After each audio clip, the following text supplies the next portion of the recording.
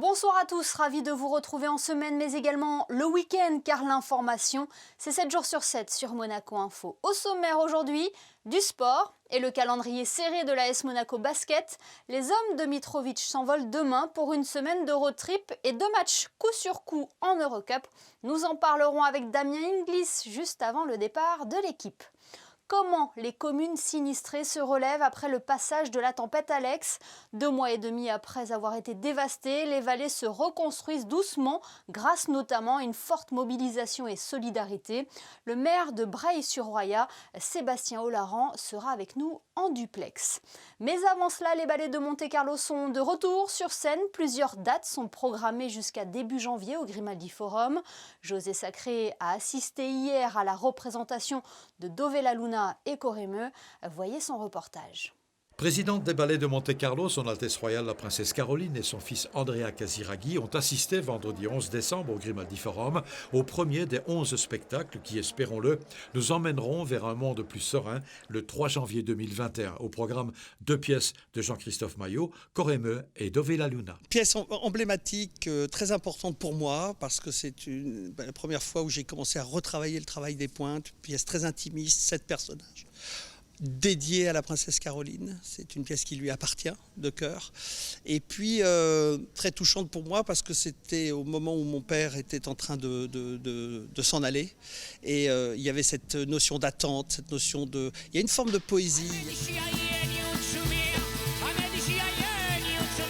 Créé pour l'inoubliable fête de la danse en 2017 par Jean-Christophe Maillot sur des musiques traditionnelles des Pouilles dédiées à la danse de la pizzica, Corremeux entraîne les 50 danseurs de la compagnie sur les rythmes enivrants de cette tradition musicale.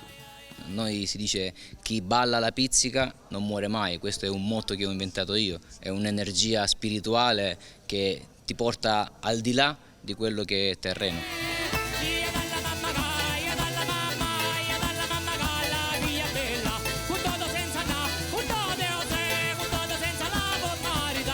Ça c'est une pièce qui devrait être remboursée par la sécurité sociale.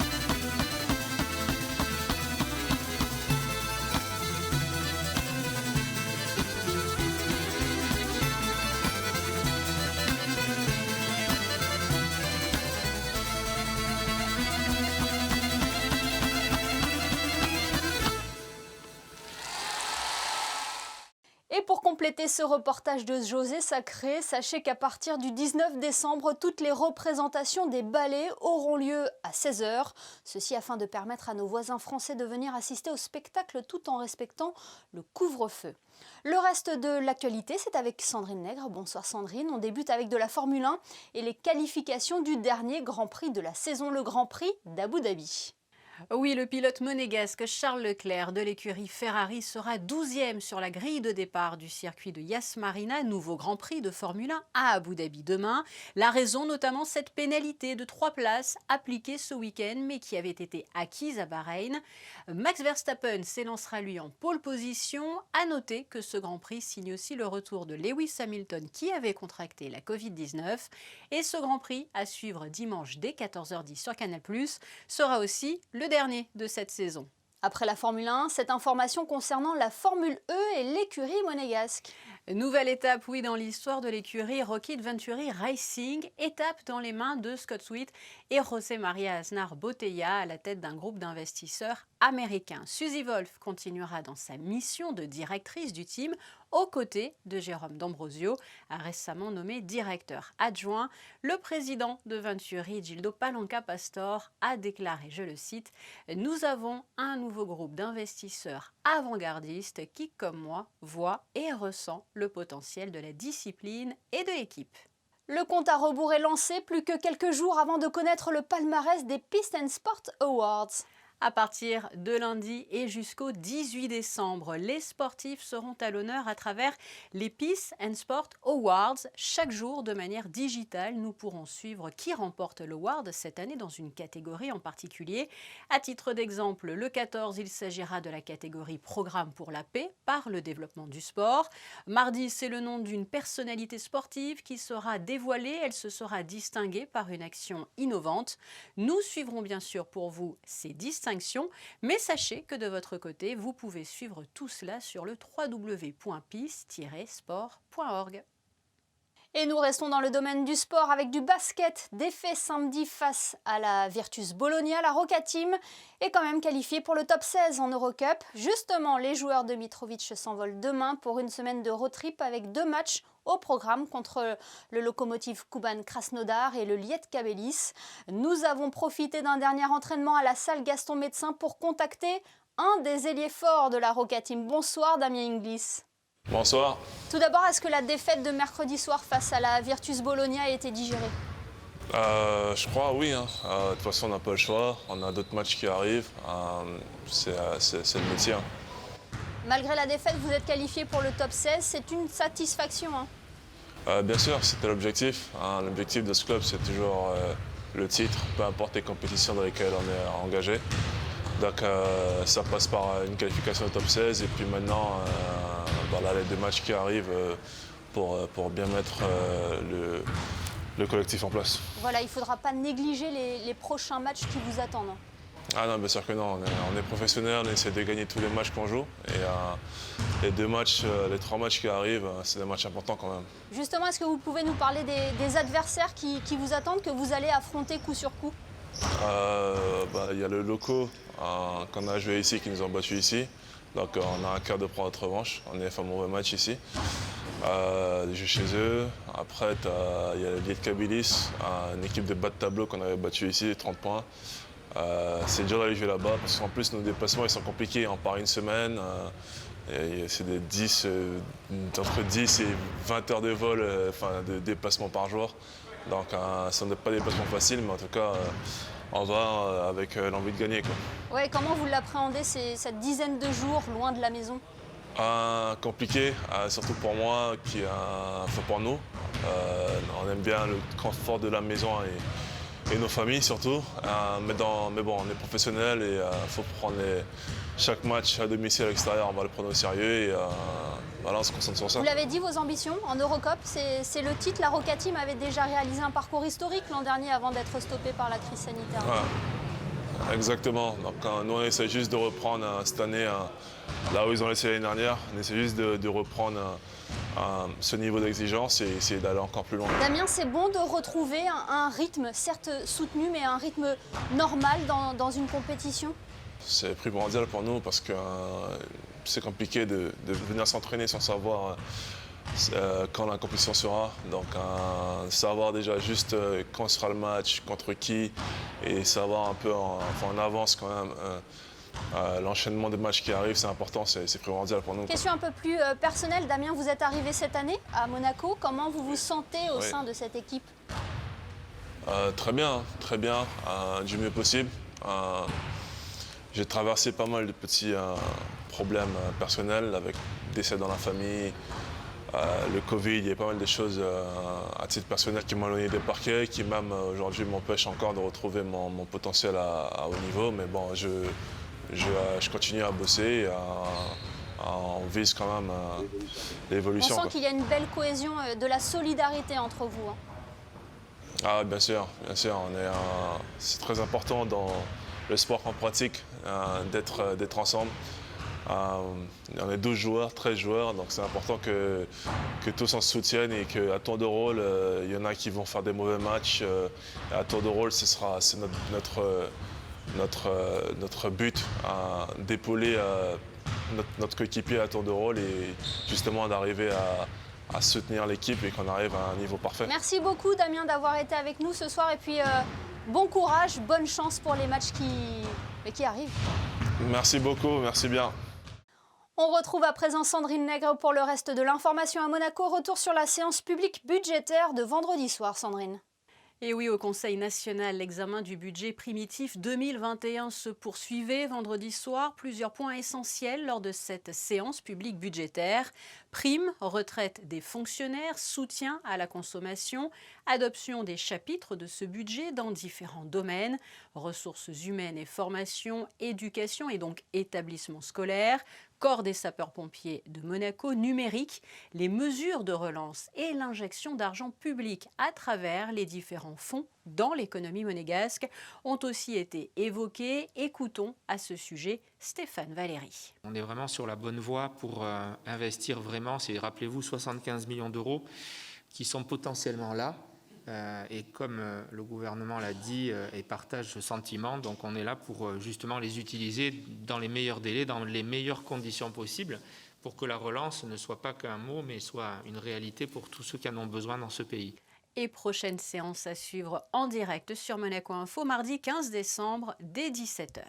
Dans un tout autre domaine, cet atelier de la mission pour la transition énergétique où littérature et environnement ont fait bon ménage. Vendredi soir, vous faisiez peut-être partie des amateurs de littérature qui ont pu découvrir à la bibliothèque Louis Notary des ouvrages, oui, engagés en faveur de la protection de notre planète. Alors quels sont-ils? Voici un éventail, le gang de la clé à molette, Ecotopia ou encore Transmettre.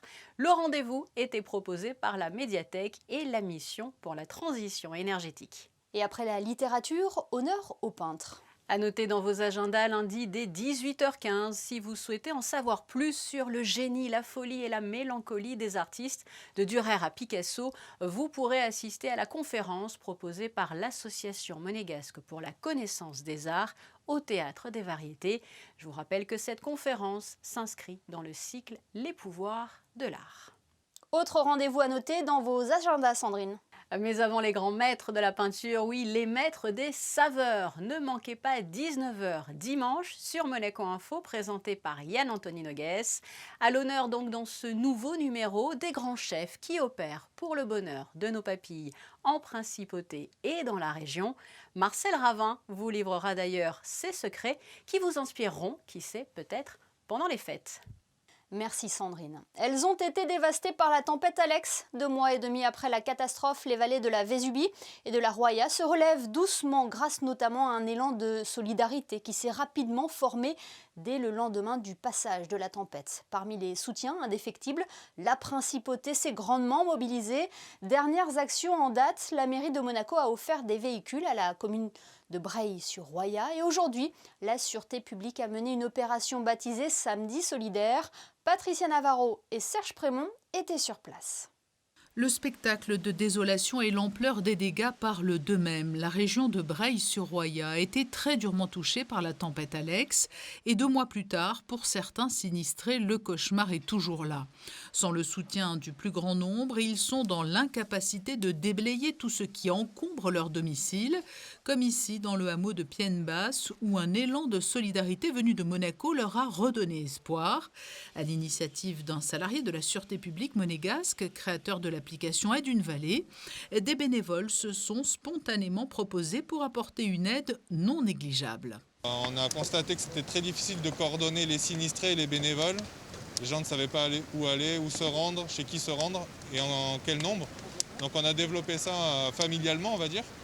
Et maintenant, ça permet de remettre directement, c'est le circuit court entre la demande des sinistrés et les bénévoles qui va l'aider. 3 associations de la Sûreté publique se sont mobilisées, ainsi que des employés de la maison d'arrêt, des jeunes, la Croix-Rouge, présente sur tous les fronts, et même l'aumônier de la Sûreté publique. De ne pas venir en aide alors qu'on a les moyens de le faire, je pense que c'est peut-être naturel et que c'est une belle chose et que c'est comme ça aussi qu'on vit l'esprit de Noël. Depuis ce matin, il y avait des pièces de la maison qui étaient pleines de terre, pleines de bois, tout. Et on a enlevé tous les décombres, on a balayé, on a dû casser quelques trucs pour pouvoir rentrer. On a libéré les pièces et rapporté les objets précieux aux propriétaires. Pour les habitants de ce hameau dévasté, rien n'avait avancé depuis la catastrophe. En une journée, tout a changé grâce aux 80 bénévoles. Il faut savoir qu'aujourd'hui, l'immeuble est inhabitable parce que justement, il n'y a pas d'électricité, il n'y a pas d'eau, il y a tout qui a été emporté. Et la rivière nous a déposé tout ce qu'elle n'a pas voulu garder. Donc si ces gens-là, ils n'avaient pas été là aujourd'hui, tout ça n'aurait pas été possible. Et malgré ce bel élan, les besoins restent criants. Toutes les initiatives permettant d'aider les sinistrés des vallées sont répertoriées sur l'application Aide une vallée. Tout le monde, à son niveau, peut effectuer une belle action. Voilà pour cette belle solidarité qui s'est formée en faveur des sinistrés de la tempête Alex dans nos vallées. Pour développer cette actualité, le maire de Breil-sur-Roya est avec nous ce soir. Bonsoir Sébastien Olaran. Bonsoir. Ce 2 octobre est une date qui restera gravée dans votre mémoire. Où en est votre commune actuellement? Est-ce que la situation revient à peu près à la normale? Alors on est en train de sortir progressivement de la phase d'urgence qui nous a beaucoup occupés et on commence à pouvoir entamer l'étape de la reconstruction. C'est vrai pour Breil depuis un certain temps puisqu'on a les réseaux qui ont été rétablis, aussi bien l'électricité, l'eau, la téléphonie depuis pas mal de temps.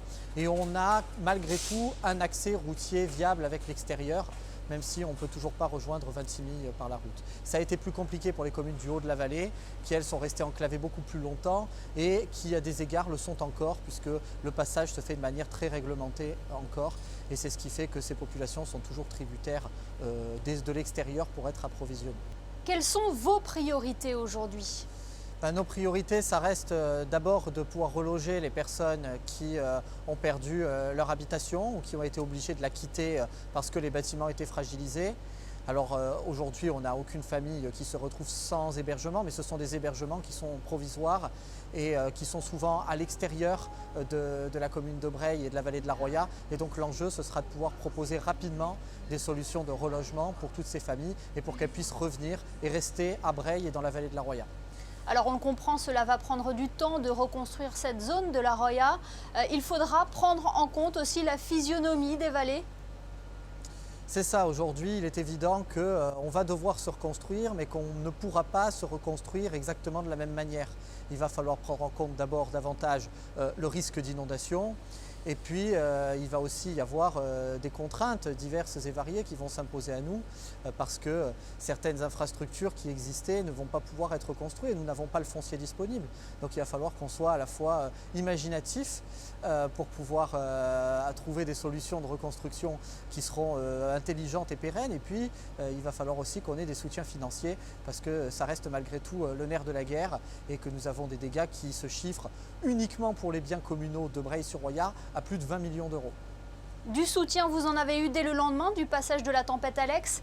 Cela vous a touché, cette solidarité, cette générosité? On a assisté à un élan de solidarité absolument extraordinaire, qui dépasse ce qu'on pouvait espérer et imaginer. Et cette solidarité s'est manifestée de partout.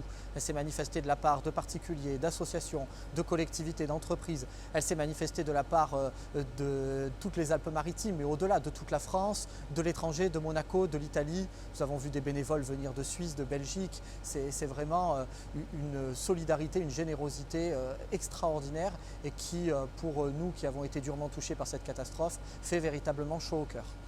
Les Monaco s'est très rapidement montré solidaire à votre égard. Le prince de Monaco a annoncé très rapidement une aide de 4 millions d'euros pour les vallées sinistrées, ce qui est absolument considérable et exceptionnel. Et puis au-delà, c'est toute la société civile monégasque qui s'est mobilisée, de nombreuses associations, l'Ordre de Malte, la Croix-Rouge, la Sûreté publique de Monaco, la mairie de Monaco qui était encore hier avec monsieur le maire Georges Marsan qui a remis des véhicules pour les communes de la vallée de la Roya, la mairie de Monaco qui va également distribuer des paniers de Noël pour nos personnes âgées de la vallée et beaucoup d'autres initiatives qui là aussi nous vont droit au cœur. Le soutien de la principauté est un soutien important pour vous, le fait qu'il se poursuive également dans le temps, 2 mois et demi après la catastrophe? C'est un soutien qui compte énormément pour nous. Parce qu'il est très important tant par son ampleur que par les liens affectifs qui lient depuis toujours la vallée de la Roya à la principauté de Monaco. Beaucoup de gens qui vivent ici vivent aussi sur Monaco. On a beaucoup de résidences secondaires de personnes de la principauté. On a beaucoup de personnes d'ici qui travaillent sur Monaco. Et donc c'est un lien extrêmement fort qui existe entre nous et on en voit toute l'ampleur alors que nous sommes confrontés à cette catastrophe et que la principauté répond présent. Dernière question, Sébastien Olaran, de quoi avez-vous le plus besoin actuellement? Comment pouvons-nous vous aider? Alors aujourd'hui, je dirais que ce dont on a le plus besoin, c'est bien sûr d'abord de moyens financiers, parce qu'on va avoir des dépenses absolument considérables à engager pour nous reconstruire. Pour vous donner un exemple, sur la seule commune de Breil-sur-Roya, nous avons perdu le rez-de-chaussée de la mairie, l'intégralité des services techniques, la piscine, le camping, le stade, nos terrains de tennis, notre city-stade, nos jardins publics. Tout ça a été entièrement dévasté, sans compter plusieurs ponts. Et donc ce qui va nous manquer très vraisemblablement, c'est évidemment des financements. Et puis bien sûr il y a beaucoup de particuliers qui sont sinistrés, et donc toutes les initiatives comme celles qui s'organisent aujourd'hui avec la Sûreté publique de Monaco, avec les week-ends solidaires, eh bien ce sont aussi des initiatives qui sont essentielles, celles qui permettent à des personnes de venir pour aider sur des chantiers, pour permettre à des privés de se reconstruire. Donc ce sont toutes ces aides-là aujourd'hui dont nous avons besoin et qui sont présentes aujourd'hui et dont on souhaite qu'elles puissent durer dans le temps, aussi longtemps que nous aurons de gros besoins pour nous reconstruire. Merci beaucoup d'avoir été avec nous ce soir, Sébastien Olaran. Merci pour votre invitation. Place à présent au coup de cœur de la médiathèque de Monaco, la sélection littéraire de la semaine. Et dans l'air du temps, Céline Sabine a sélectionné un ouvrage pour enfants sur le thème de Noël, intitulé « Défense de manger le Père Noël ». C'est l'histoire de Boudinet, un géant pas méchant du tout, mais alors très gourmand. Alors que Noël arrive et que la neige commence à tomber, Boudinet est très content, plein de chantilly tombent du ciel. Mais quel est ce gros bonbon rouge et blanc posé sur la chantilly? Boudinet l'avale tout rond. Mais que se passe-t-il? Ça bouge et ça crie dans son ventre? Oups! Qui Boudinet a-t-il bien pu avaler? Je vous laisse le découvrir en compagnie de vos enfants dans ce livre aux illustrations et à l'histoire tendre et drôle. Et sachez qu'une grande sélection de livres de Noël vous attend à la bibliothèque Caroline. Vous pourrez ainsi faire le plein de lecture avant les vacances. On passe aux prévisions météo. Quelle est la tendance pour la journée de dimanche, Sandrine? Retour dimanche du soleil et ce tout au long de la journée, comptez de 7 à 14 degrés pour les températures. Présence également d'une légère brise. Sachez que demain, 2 saintes pourront être célébrées, les Chantal et les Lucie. Merci Sandrine et merci à vous de nous être fidèles chaque soir, y compris le week-end. Vous avez d'ailleurs sûrement profité du week-end pour faire vos achats de Noël, comme ont pu le constater nos photographes Manuel Vitali et Michael Alési. Certains commerces en principauté seront d'ailleurs ouverts ce dimanche pour les retardataires. À demain pour le best-of de la semaine sur Monaco Info.